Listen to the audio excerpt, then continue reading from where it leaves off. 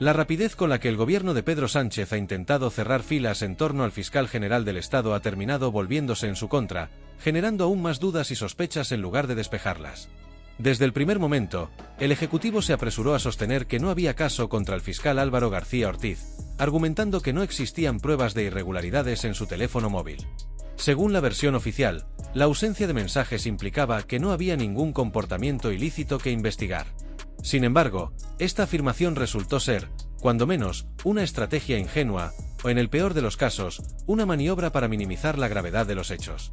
Lo que no calculó Moncloa es que las fuerzas y cuerpos de seguridad del Estado no se dejan llevar por discursos políticos y continúan con su labor de investigación de manera independiente.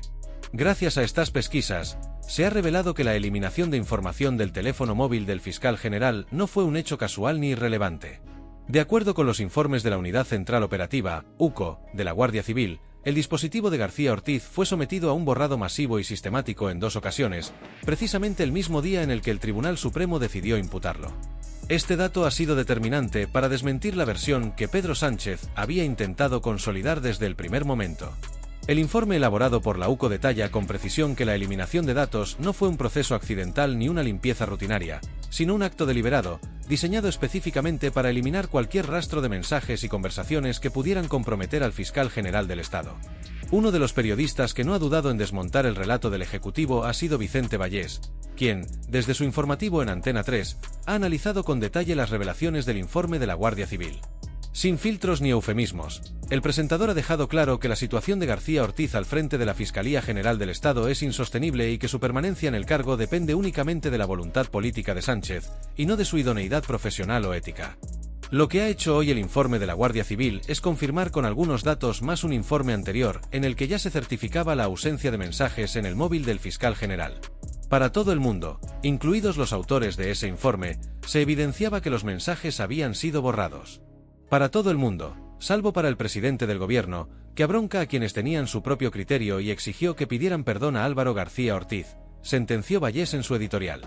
El periodista, además, no perdió la oportunidad de recordar las palabras que el propio Pedro Sánchez pronunció en su momento, cuando utilizó su comparecencia pública para atacar a la oposición y a los medios de comunicación, acusándolos de difundir bulos y exigir la dimisión del fiscal sin pruebas.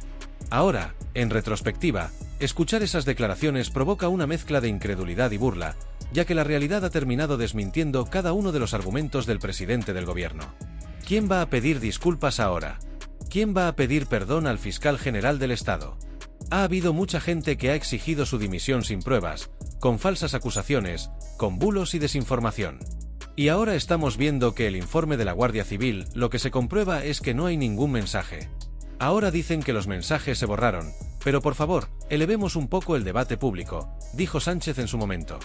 Hoy, estas palabras han quedado reducidas a una burda estrategia política que se desmorona ante las evidencias de la investigación. Lo que ha dejado claro la UCO con su informe es que la desaparición de los mensajes en el dispositivo del fiscal general no fue una coincidencia ni una acción inofensiva. Por el contrario, el documento revela que el teléfono de García Ortiz fue sometido a un procedimiento de eliminación masiva de datos el 16 de octubre, justo el día en el que el Tribunal Supremo decidió investigarlo formalmente. Este detalle no solo refuerza la sospecha de que el fiscal tenía algo que ocultar, sino que además confirma que intentó borrar cualquier rastro de sus conversaciones en un momento clave del proceso judicial. Pero la operación de encubrimiento no terminó ahí. El informe de la UCO también apunta a la eliminación intencionada de la cuenta de Google asociada al teléfono, lo que implica que García Ortiz no solo borró los mensajes almacenados en su dispositivo, sino que además se aseguró de que no quedaran copias de seguridad en la nube. Esta acción, según los expertos en ciberseguridad, no es algo que se haga de manera rutinaria ni accidentalmente, sino que responde a una intención clara de eliminar cualquier prueba que pudiera comprometerlo.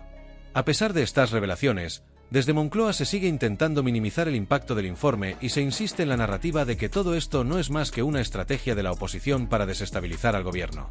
Sin embargo, los datos son cada vez más contundentes y la credibilidad del Ejecutivo sigue erosionándose a medida que surgen nuevos detalles sobre el caso. Lo cierto es que la situación de García Ortiz al frente de la Fiscalía General del Estado es insostenible desde cualquier punto de vista. Su permanencia en el cargo solo se explica desde la lógica del blindaje político que le ha ofrecido Pedro Sánchez, quien sabe que perder al fiscal general en este momento significaría abrir una brecha aún mayor en su ya debilitada administración. Sin embargo, la presión de la opinión pública y de sectores judiciales independientes podría terminar forzando su salida antes de lo que el Ejecutivo desearía. Mientras tanto, el caso sigue su curso y los investigadores continúan desentrañando las maniobras que se llevaron a cabo para encubrir lo que realmente ocurrió. La gran pregunta que queda en el aire es si en algún momento se podrá conocer el contenido de los mensajes eliminados y si estos contienen información que pueda comprometer aún más a García Ortiz, y por extensión, al propio gobierno. De lo que no cabe duda es de que la estrategia de Pedro Sánchez para proteger al fiscal general ha terminado por volverse en su contra.